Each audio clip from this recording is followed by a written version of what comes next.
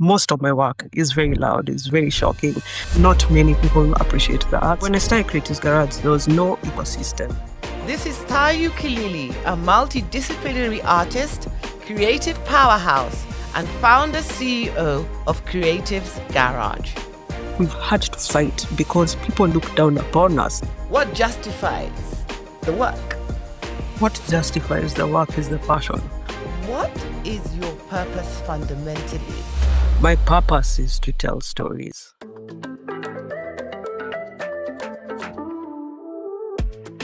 Welcome to the Power Panel Podcast Echoes, a segment of our show dedicated to exciting intergenerational conversations with some of Africa's young, dynamic women leaders.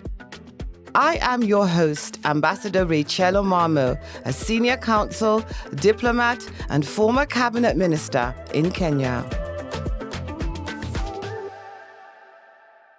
Good morning, Thayù. Good morning, how are you? I'm very, very well. I'm so delighted to have you on the Power Panel Podcast Echoes, and I extend to you a very, very warm welcome. And I'm really excited about this interview because you're going to take us into the creative world. We're all pretending we're creative, so we want to hear from the authority about it. So karibu sana.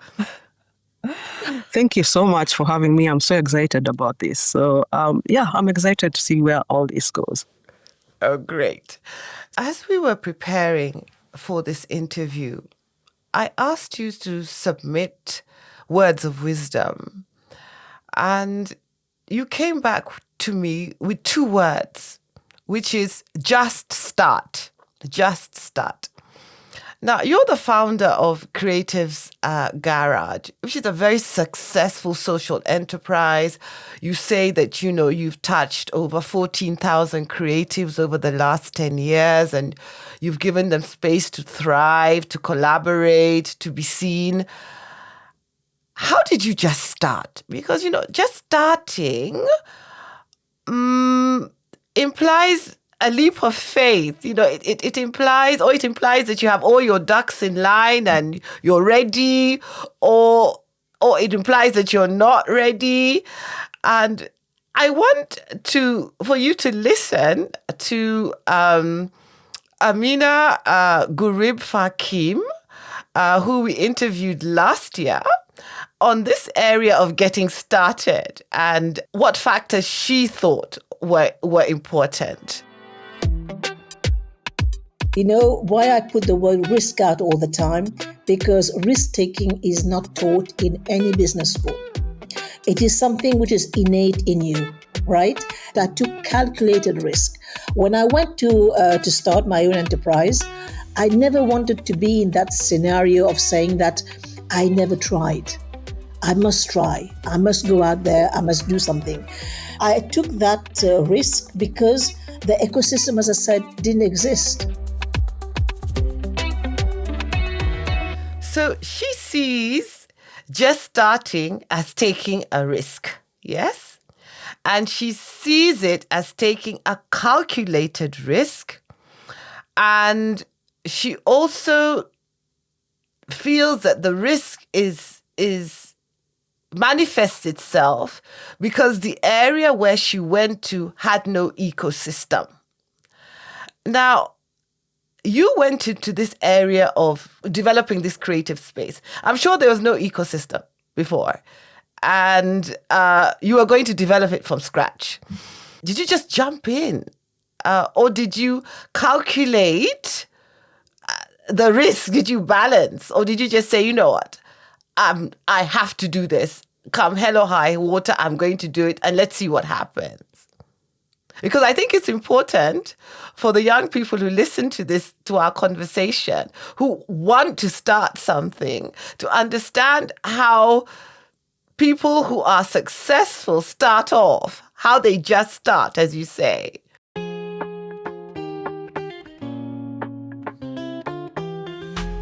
I always believe in just start, and I tell so many creatives just start, because some people come with like amazing ideas, but they're like, yeah, I'm scared, or I've been thinking about it for 5 years or whatever. But for me, just start.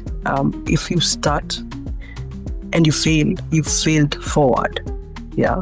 And failing forward is more important than just being stagnant, And yes, when I started Creatives Garage, there was no ecosystem, and the reason why I started it, and for me, I think also because I get bored very easily, and I'm always like, and that's how I become a multidisciplinary artist, is because I'm bored in film. Now let me try photography and things like that.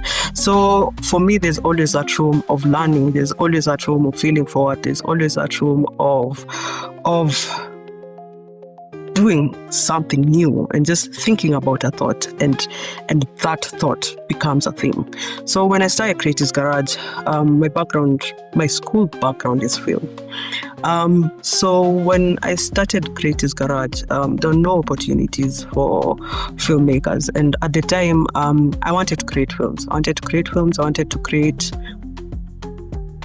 shows, but the thing is, in the early 2000s, late 2000s, it was either if you've done film in school, it's either you start shooting funerals and weddings, or if you're lucky, get into mainstream media. But mainstream media stifles you.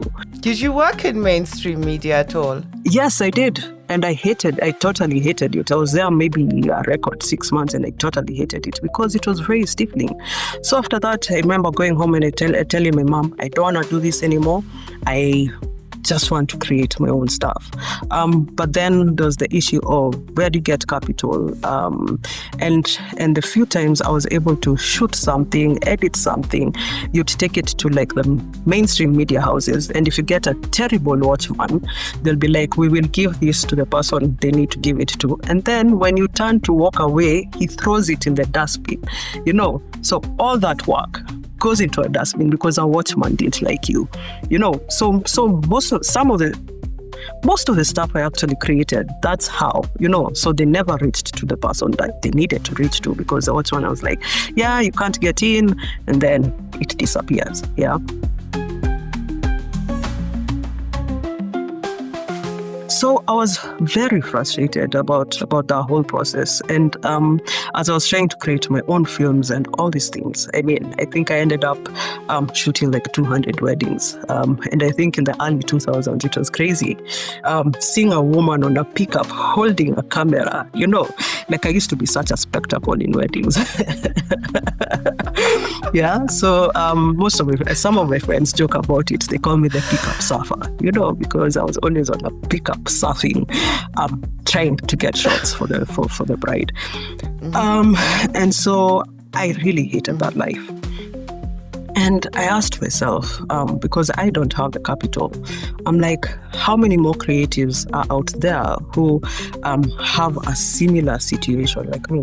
Is there a music producer who's looking for a filmmaker? Is there an actor who's looking for a director? And I was like, how comes there's no one space that brings all of us together? There are all these hubs that were there, but they used to be very focused on a particular thing. So it is either art or it's music, but never one thing.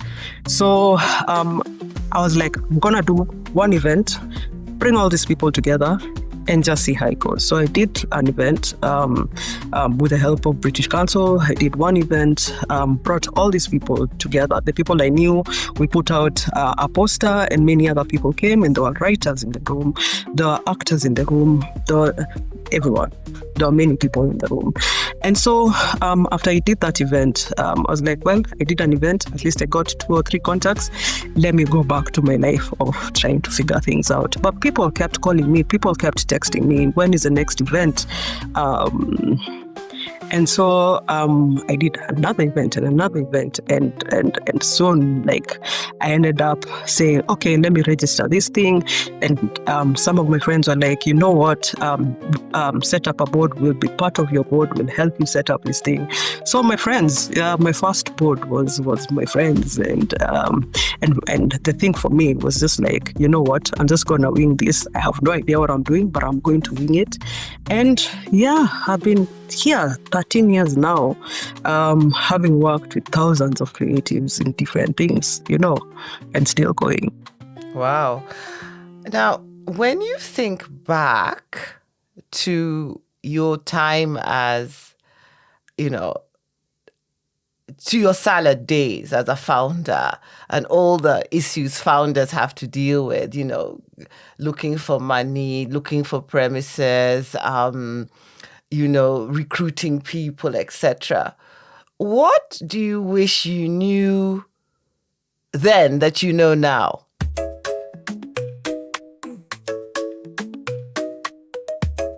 I guess processes, over the years I've been able to build processes, and also it's good to trust, but also you must trust in a discerning way. And also the interesting thing, I'll tell you about the first space we got as Creatives Garage. So we got one of these malls as the first space that we had. And we're doing all these amazing things. We're doing music things and acting things, and we're doing all these amazing things. And then one day the management comes to our office after one of the radio stations had said we were having an event. One of the radio stations picked up an event that we were doing, at Creatives Garage, there will be this thing. And then the management listened to the radio. So me, I'm at home minding my own business because the event was later. They call me and they're like, no, you must come now. So I go to the office and they're like, you must pay extra for using the corridors to the office. I'm like, there's a supermarket that's inside this space. Do you charge them extra because people come to your space? Or are you just charging me because now, media is picking up things and whatever? So, I refused to pay for it. I was like, this is ridiculous.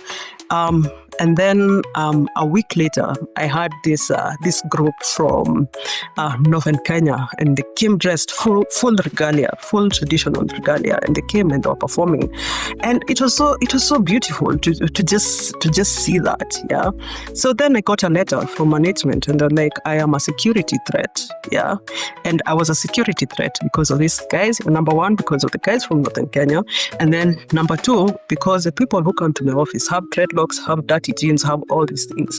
So they were like, I'm making the place go down in its quality of people that come within the space, and I am also a security threat. Yeah. But I just thought this was so ridiculous. Anyway, in 1 week they had chased us out.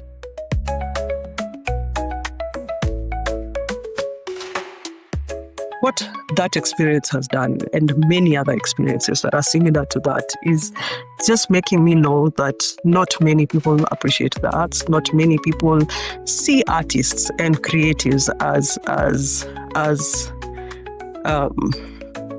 people, respectable people within the community. Yeah. And so for me, the thing that I wish I knew then was, one, that even when I'm trusting, I have to discern it.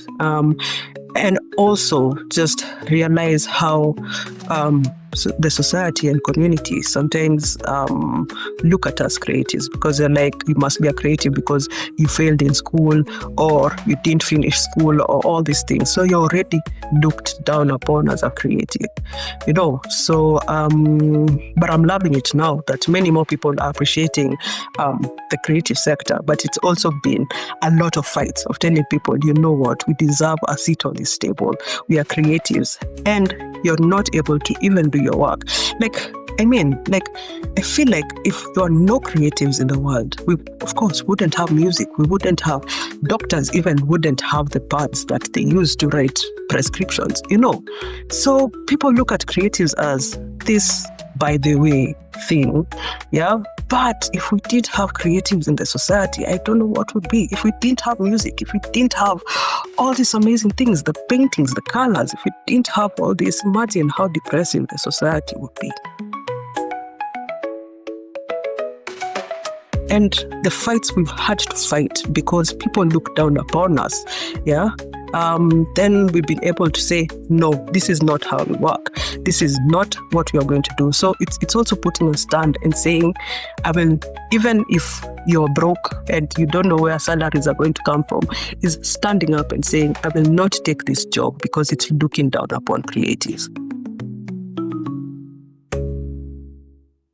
I've been reading some of your writings, and you say that you have a quiet demeanor, that you're a reclusive storyteller. Mm-hmm. Your name, Thayù, if I'm not wrong, means peace and tranquility. Mm-hmm. So my question is this: how does a person who appears to like to be behind the scenes, who is unobtrusive, convert that to power, authority, and leadership? Oh, wow, that's such a... Because, the idea of leadership is this very, very boisterous, loud, in-your-face kind of person. Yeah. But you're this soft person who doesn't seek the limelight. Yet, the things you have done are so extraordinary and show such power, such leadership. I'm intrigued by that contradiction and how you convert this softness of yours into this power, this force. It's so interesting that you're asking me this question. Just yesterday, a friend of mine came to the office and they're like, you're more interesting when you write than when you talk, which was like totally hilarious, I think. I think for me it is the power of my work.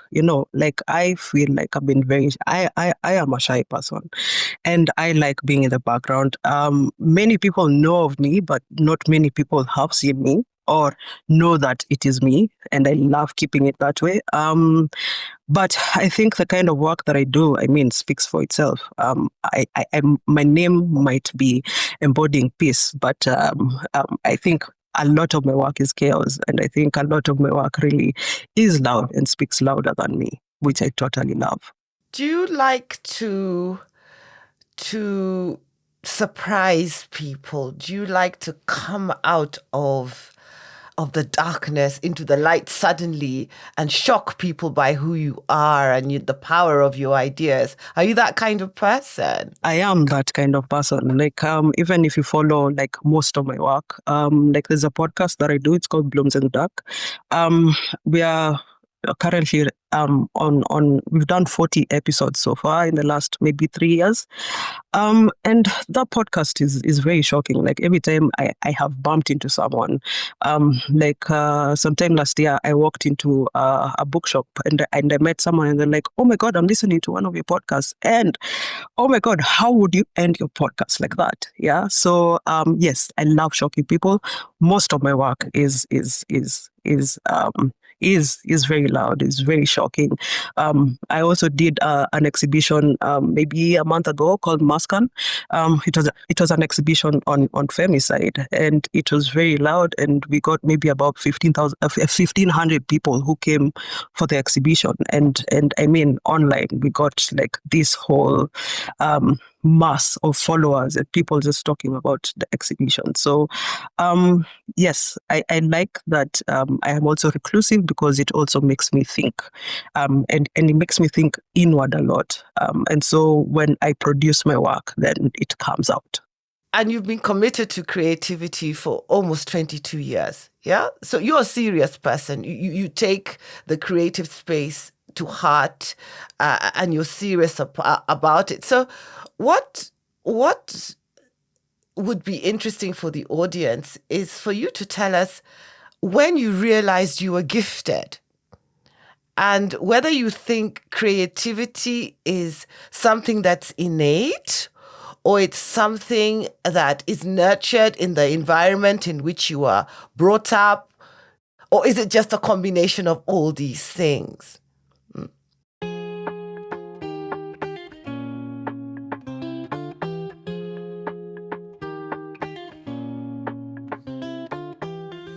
I believe everyone is a creative. I mean, even like you can be a doctor, you can be a lawyer, but I believe that everyone has a creative element in them.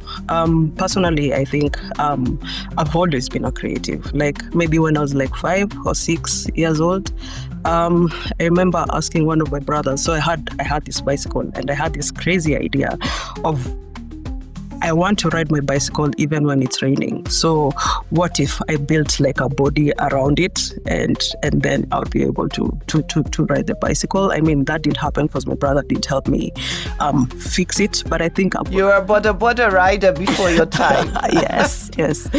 Yeah. And so I mean, he didn't help me do it. Yeah. I still hold it to that. So every once in a while when I see him, I'm like, you refuse to help me do that. Also, I remember like when I was maybe in class 6, I studied graphic design. My elder sister, the one I follow, had this computer and in the house. And so she was like, yeah, maybe I should make certificates and these things for people for money. And she was like, would you like to try and help me? So be the creative, be the designer, and then I'll look for work. So from class 6, I used to help my sister create all these things. So from certificates to business cards. So I believe like I always had that.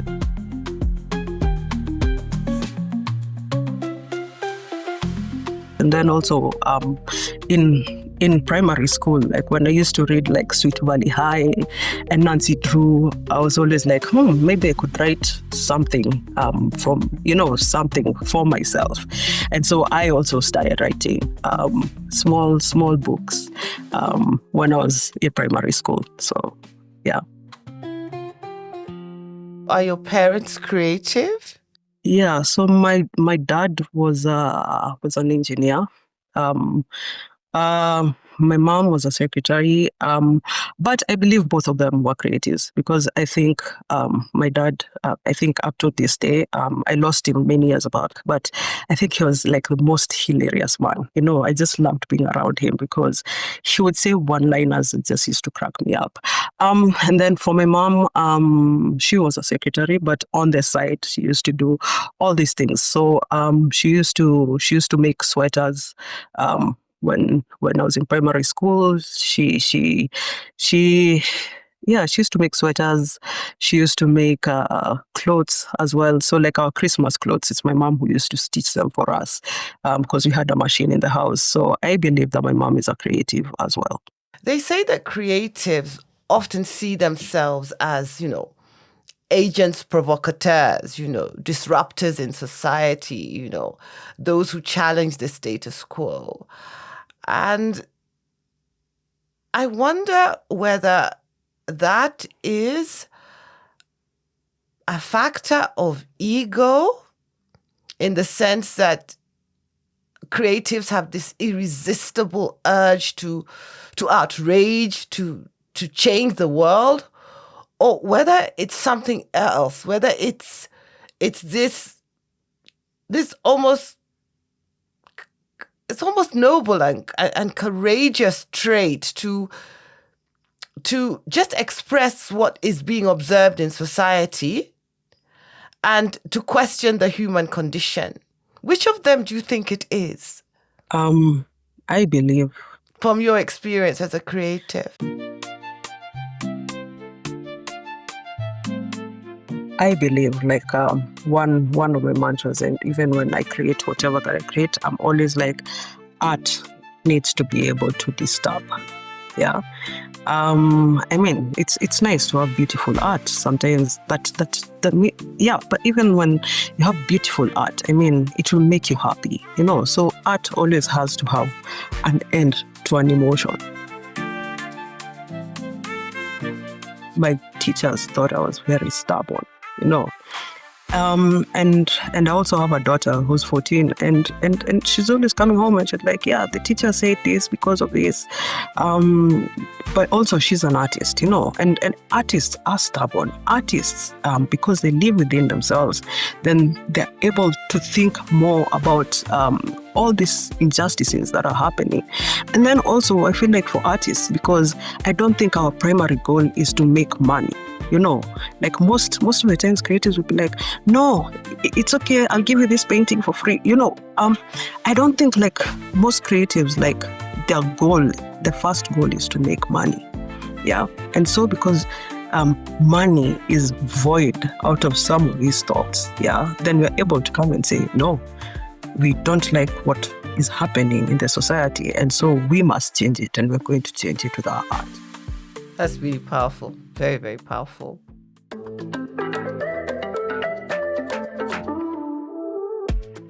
As we take this short power break, we ask that you subscribe to the Power Panel podcast. Let's work together to expand the Power Panel community. Visit our website, birdsongafrica.com, and follow us on social media to plug into the Power Panel network. Email your thoughts to hello@birdsongafrica.com.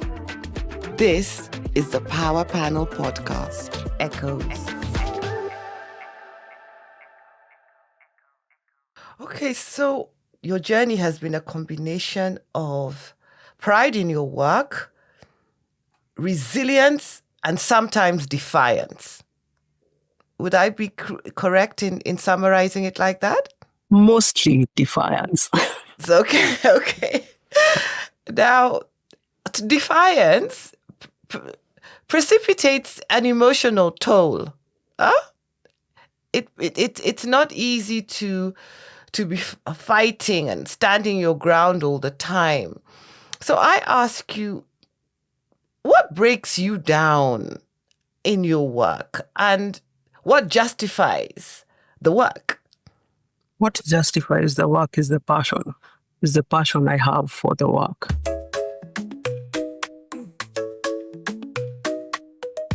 And I always think that and I tell my friends this sometimes, that I think my work is a blessing, but also a curse in itself, because I never know where fun begins for me and where work ends, because sometimes it would start as, I recently got into sculpting, and sculpting was my thing of, I will get out of this world and I'll just go and I'll play with clay and I'll make this thing. And the first thing I ever made was a sculpture, and it was amazing. And everyone was like, yeah, we need it. Where can we buy it? Please tell us the price. And all these things. Then I was like, oh my God, now this thing that was once a hobby, now all of a sudden it has become work. And I feel like most of my projects, end up becoming that. But for me, the beauty is waking up every day and being able to create. And that's it, I think, is what keeps me going. What breaks you down? What's the emotional cost?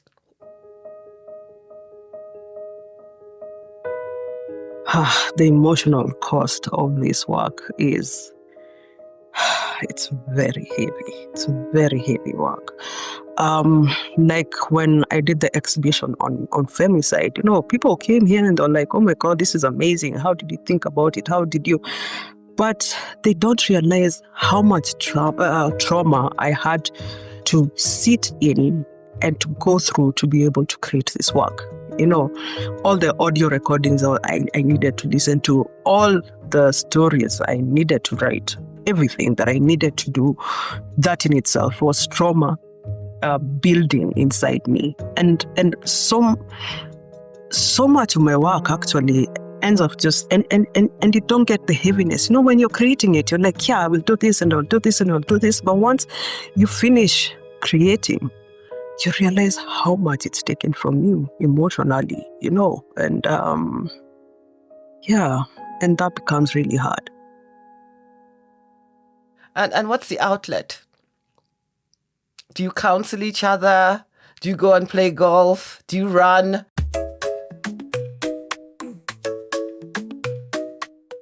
Personally, I play golf. I love golf. And I love golf because of many things, including having to chase my ball into the forest and spending a few minutes in there with the caddy looking for the ball, and just being with friends and just walking. I love to walk, and so that is my outlet.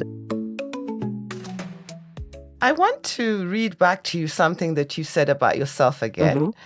And you said that Thayù's work is not driven by applause, but by purpose, an insatiable curiosity, and a desire to reshape the way we tell stories, build communities, and imagine the future. So my question to you is, what is your purpose fundamentally? And how do you conceptualize the impact of that purpose?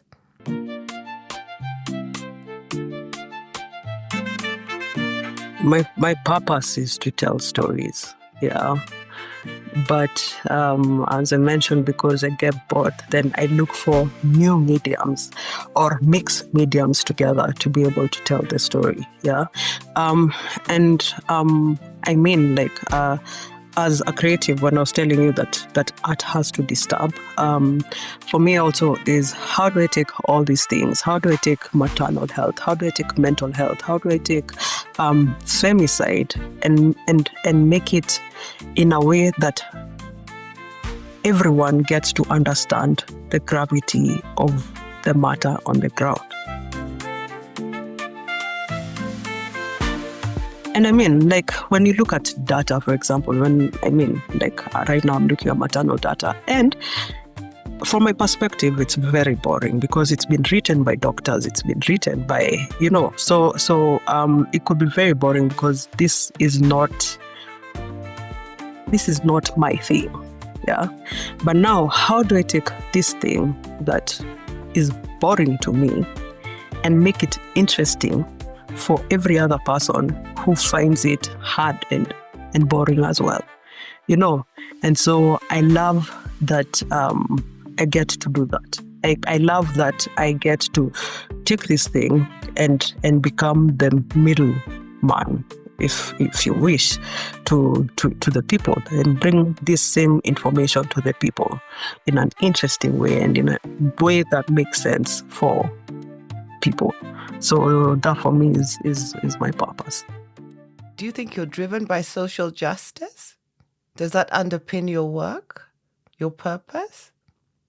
I mean, at the end of the day, are you looking for is your impact social justice, equality, access?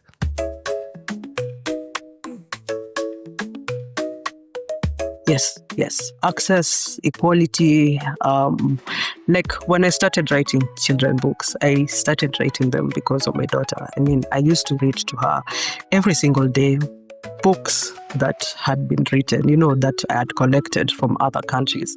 And I was like, why don't we have books that Kenyan books or African books and tell African stories? And so that's how I ended up writing children's books. And for me, I think the first thing is access, accessibility to the information, accessibility for everyone, wherever you are. Yeah. How are you able to access the information or the things that you need to access?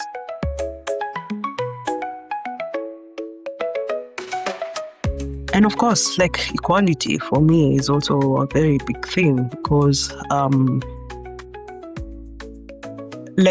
feel especially equality might have come from when I was very young.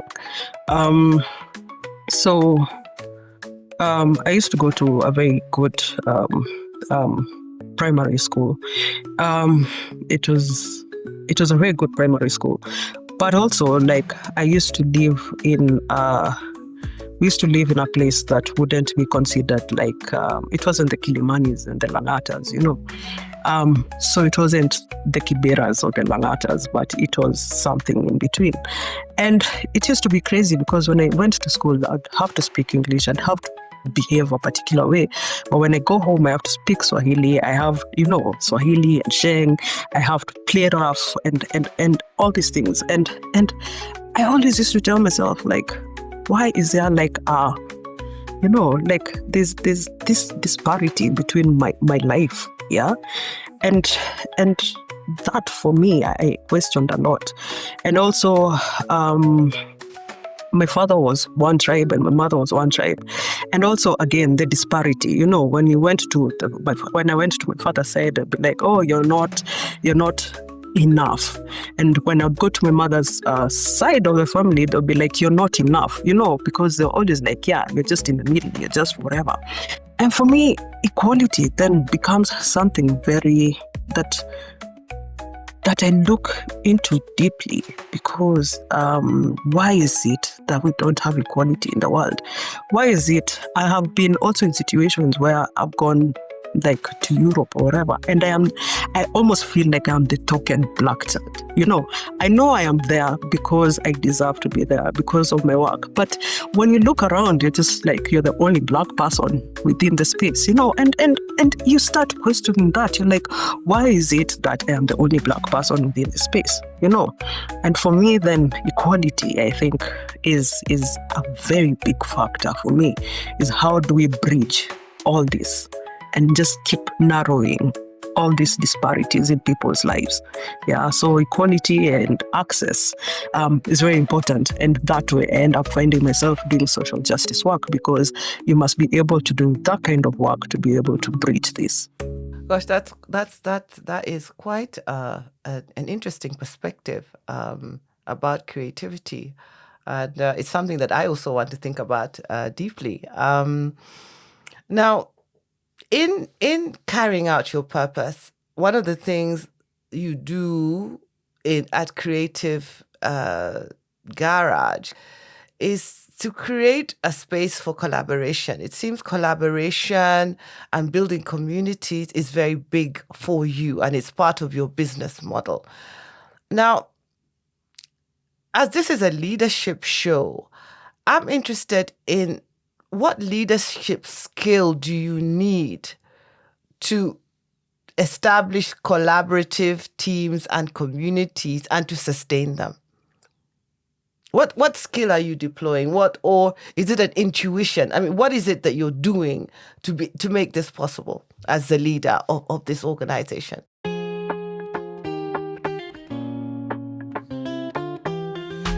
For me, collaboration is a really big thing, because in the creative world, you can't walk alone. Like we all walk on each other's shoulders, like we are able to carry each other and we are able to do the work. And I mean, out of all these years, I have seen it, and I have seen that this is how I must be able to work in order to be able to get to where I want. Yeah. And so the ways in which I encourage collaboration, for example, like our space, where our office is, we have a space for events, for example, yeah, and we charge a very minimal fee to creatives to be able to just come and do their thing. We're like, you know what, like if you were to get this space in a prime location like Westlands, you'd probably be paying 20 times what I am asking for. So we charge very, very little to creatives, or sometimes nothing. And for me, why that is important is because then we are making the creative sector more vibrant than what it is. And over the years, I have seen the results of it, because now people respect us. Now people come for a poetry show and they'll be like, yeah, this is important. This makes sense and all. But in the early 2000s, in the late 2000s, like this was not a thing, But with spaces like us and spaces and many other people who've walked through these doors have been able to set up their spaces as well, and we just continue lifting each other up as creatives. Then we make this sector better than it was. So collaboration is power. Mm-hmm. Yes. And how do you prioritize your creative projects? The first thing is I only take projects that I am interested in, because you realize very fast that when you take a project that you're not really interested in, then you don't give it your 100%. Yeah. So that for me is very important, that I pick the projects that matter to me. That brings me to the question around maintaining the organizational culture and ethics. You've written somewhere about how it's important to maintain accountability and to uphold ethics in this creative world. First of all, by having like team leads who already see your vision. Yeah. So most of the team leads that I work with are people I've worked with for many years, And so if they're able to see and you also have the same values, then you're able to move together. Yeah. So that's the first thing. So making sure that the team leads that you have can see your vision, can see your integrity and your values and everything, and be able to execute that. And then, of course, processes for me are very important. We have all these policies within the organization and that we follow. And the only way to hold people accountable is to make sure that they know what role they're playing within the organization. So for me, it's policies and team leads that really help. What is your strongest leadership skill? Giving the autonomy to the team. Yeah. So I will come to the office, for example, we have a studio, and I'll come to the office and I'll be like, I want a horror, I want music for a horror film. Yeah. And I won't know sometimes what software is being used. I won't know sometimes how it's being created. And I think the power about it is because then I'm not always breathing fire. I'm like, no, it must sound like this. No, the beats per minute must be this. You see, then being able to give your team like the leeway to be creative. Yeah. Then you're able to get most times the results that you're looking for. Yeah. And so I believe like autonomy for me is like something that's very important in leadership skill. What do you think your beneficiaries, your constituents, your clients, what do you think they say about Creative Garage? What's the feedback they give you?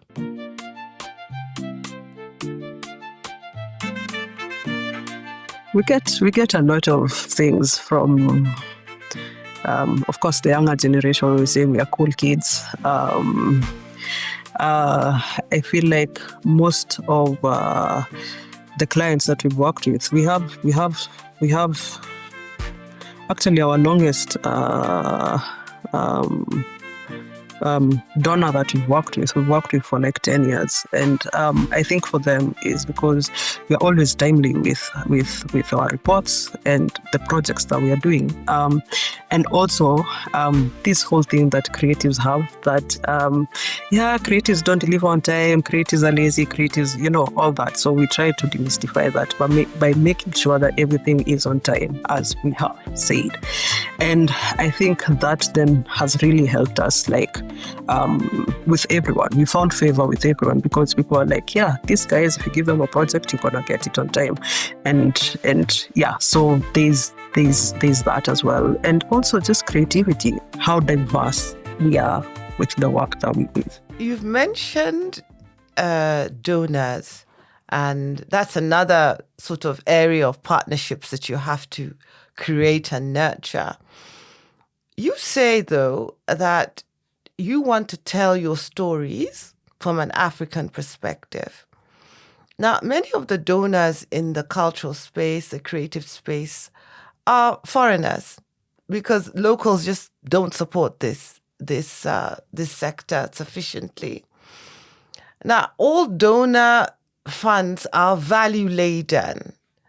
How do you ensure that despite the fact that you're getting, support from, some European country, the work that you produce in the end is Afrocentric, it speaks to our cultural needs, and it meets the aspirations of Africans? How do you stand your ground? Have you ever had a situation where you're in conflict with the donor as to the idea that you want to bring to fruition? Yes, we have. And how we've dealt with that is we have there are donors that we refuse to work with because of how stiff they are with their goals and what they want to meet. Yeah. But also we've built trust within the donor community. So when we come and we're like, this is what we want to do, then they trust us that we will keep their values, but also be able to tell our stories the way we need to tell our stories. Yeah. And of course, there's some organizations also that don't want to work with me because, I won't sit down and say that that what you did in colonial times or post-colonial times, are not atrocities. And so because of those kind of values and you come and you're like, no, but you must put us in a good light or you must whatever. The thing is just having the integrity of not changing history or changing what you're saying just because you're getting the money. So we have had to turn down work. Of course, I feel like we've been blacklisted by some people, and the ones that we work with, it's on trust. It's on trust, and I also love working with donors that we share the same values, and also that believe in your creativity.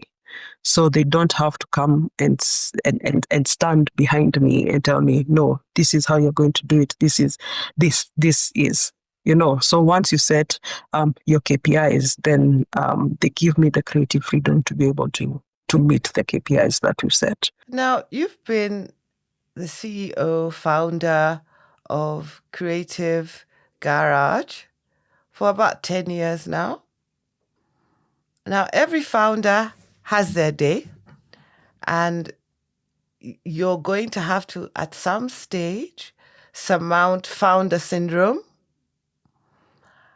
Are you thinking about succession planning? And what do you think you would do if you decided today that you've run your course as the CEO? Where would you go next?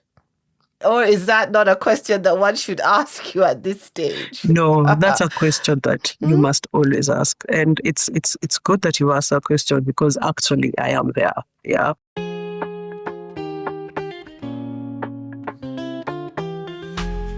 I am at the part of saying I think I have run my course, yeah. And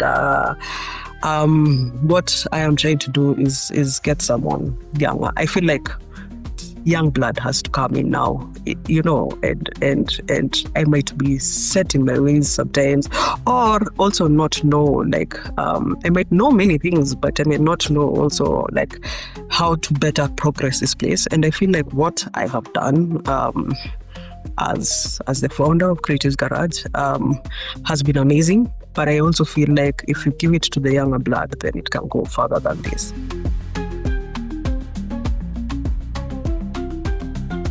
So part of my exit strategy, and this is what I am currently doing, is I am building my name as an artist. So I just want to go out there and just create whatever I want to create. But also I've set up another organization. I've founded an organization. It's called Bumper Bus. It's for making kids AI ready for the world. Yeah. Because me growing up, we've always been told, yeah, you should be a doctor or a nurse or a lawyer or an engineer or all these things. But right now, all those things don't matter anymore. Yeah? In China, they have hospitals that are fully run by AI and robots.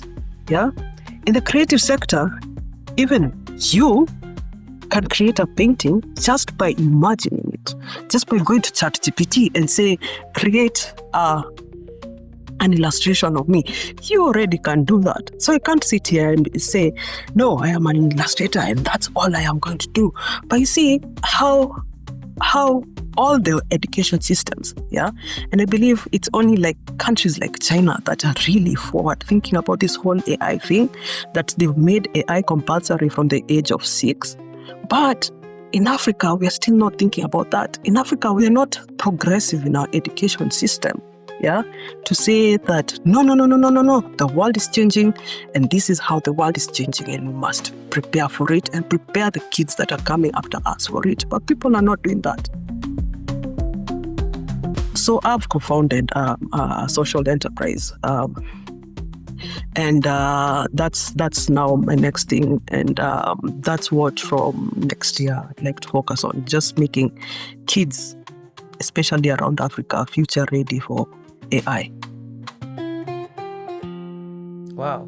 That's a big one, and it's an important initiative, and we wish you well as you conceptualize it and roll it out. You make me feel as a 60-year-old who's podcasting that, my time is over and really this is not my space. So, I don't know. I have to think about all this again now in this AI world. But anyway. No, but I think what you're doing is very important, because I've listened to some of the episodes, and it's so amazing that everyone you've brought into this is giving such nuggets of all these amazing things. And imagine now just sitting and listening to a podcast. It's 20 minutes. But imagine from that 20 minutes, you'd have learned a lot about leadership. You see, this is important. And these are the things that we need, because now, education is also very popcorn, it must happen and must happen fast, and also, people on phones like all the time, but you find them, they're on Instagram for 2 seconds, then they got bored and went to TikTok or whatever. People are not focusing on things. So you can't have 3-day master classes on leadership. But you see, with your podcast, what you're doing is you're giving all this information in such a short time. Yeah. And people are able to learn all these things. And the beauty about it is everyone is sharing the knowledge that they have. You see, it's like, it's beautiful, because it's like a village, It's like the way an African village is to come, and the elder would sit there and say a story, and the kids would learn, So this is the beauty about what you're doing, and I think it's very important that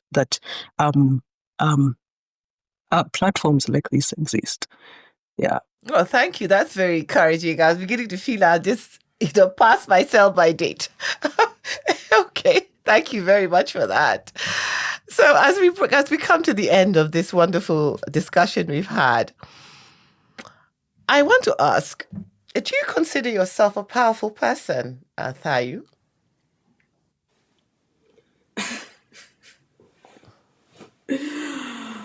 Don't be shy. Women are always shy about saying they're powerful. Sometimes I do, but of course, sometimes I don't. And I guess it's also just the human nature, like generally humans are just generally negative people. Yeah. So we always just try to put ourselves down, especially women. You'll be like, oh my God, you look so beautiful. You're like, no, it's a lipstick I have. No, it's not the lipstick you have. You are beautiful. Yeah. But because we've been structured in a way that we are always just constantly thinking about the negative, it's very hard to take the positive and believe in it. So sometimes I do. Most times I don't think I do. Yeah.